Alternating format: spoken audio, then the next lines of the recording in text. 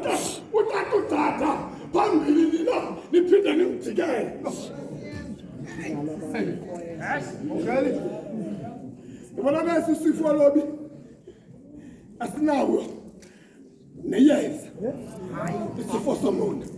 Bithi esonto kulobi asinyangwe isifo. Ngoba usena kwenzeka ngoba ngokuthi lapha kwebandla izoveza namhlanje ulapha ngomzimba inhliziyo yona ayikali phapha futhi ayisazi belapha ngoba usazibuza ngoba ibingubani uthanda. Ndithi sisifo sami ndikhalela namhlanje ke ndikhalela namhlanje ubani nobani ubani nobani ndithi ubani nobani asifake izandla epokothini ndithi usikhuphe isifo athi sazi nakuklasi isifo naso kodwa ndinqwenela ngoba wenze introspection namhlanje uthathe isifo naso usilahle ngoba ukuba ngaba usilahlanga uzawulibulala ibandla likaThixo. Ndithi uba ungena nesifo kwelibandla lenziwayo kanye liqalwayo uzawulibulala ngoba isifo naso sizawuchaphazela abanye abantu abalaphakathi isifo sigqibela ngaso tata uklasi isifo sagqibela tata ufukula sisifo sangavumeli ukuthobela inkokheli uthi ngaxesha zawutumbeke ngaphambili uphinde kwawena umthuthise. Haleluya.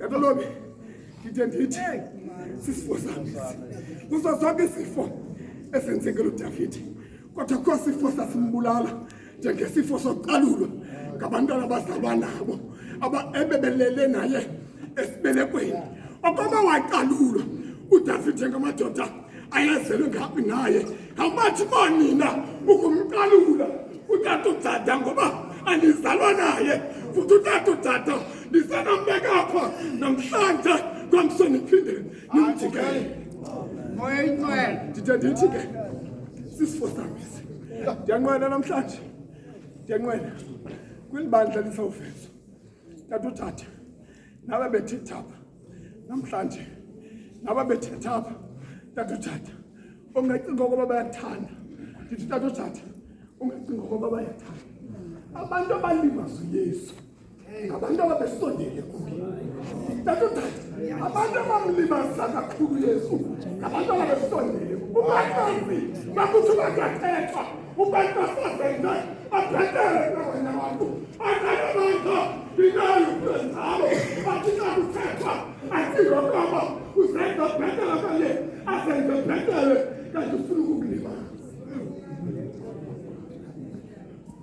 Ndithi ke sisifo sami nawe namhlanje ngolahla sakho isifo manje ngoshiya sisifo naso ngoshiya sisifo naso hlezi bandla kaThixo lingakhuli nje kungenxa yesifo naso hlezi bandla kaThixo lingabheki phambili nje sasisifo naso hlezi bandla kaThixo lithothobala nje sasisifo naso lahla isifesi unasukuzuva uthathe amandla kaYesu Kristu tata ufukula ndawuyeka kodwa nanta ndifuna uthetha kuyo ibethi namhlanje abasonke futhi sizilahle isifo esinalenza owakhumona noma kanti ayusebenza ikhathi lakhe ngoba sonke sibhekisa amazwi namehlo ethu kwibhanki nomgqibelo abalisi okholo bethu ngoku nangona phakade.